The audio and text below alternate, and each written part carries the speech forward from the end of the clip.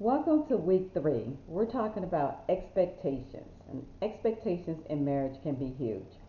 Few couples like to admit it, but conflict is common in all marriages, right? We've all had our share of conflict, and sometimes those disagreements can be pretty intense, right? However, think about this.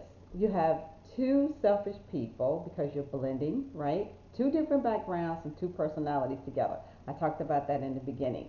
And then you add some bad habits, some idiosyncrasies, that you might not even known about until you married this person. And then you throw in all these expectations that you have for each other. And then you turn up the heat where you have to deal with daily life, right? So you're bound to have conflict. However, it's how you deal with conflict. Every marriage has conflict, but how do you deal with that conflict?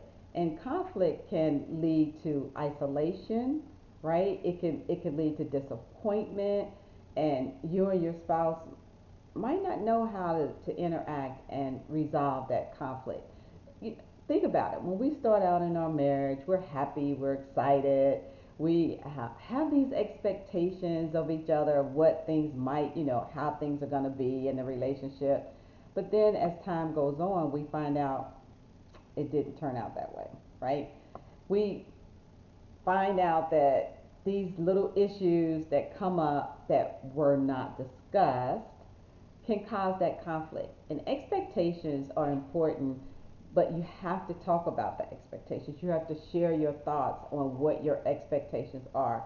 And on top of that, you have to make sure that you're saying them out loud. Say them.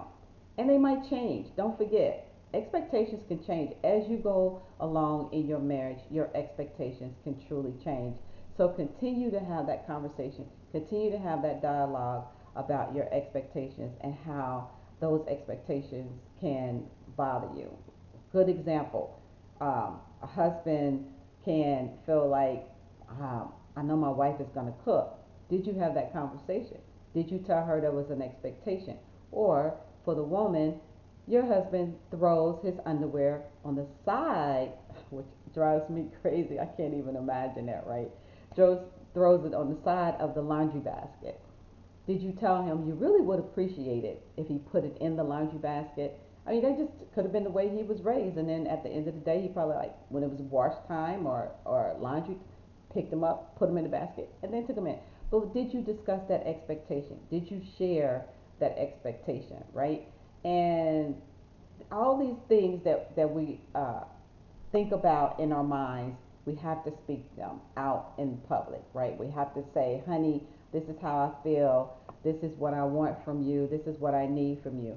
And then if you don't share those expectations and you keep those expectations, it could build up disappointment and resentment, which is not what we want in our relationship. So we have to set realistic expectations, number one, and we have to make sure that we're not having unrealistic expectations. So let's explore this week and find out more about expectations and how we can share those expectations and then identify if they're realistic or if they're unrealistic. So I hope that you enjoy this week. I hope you get some good gems out of discussing expectations. Enjoy.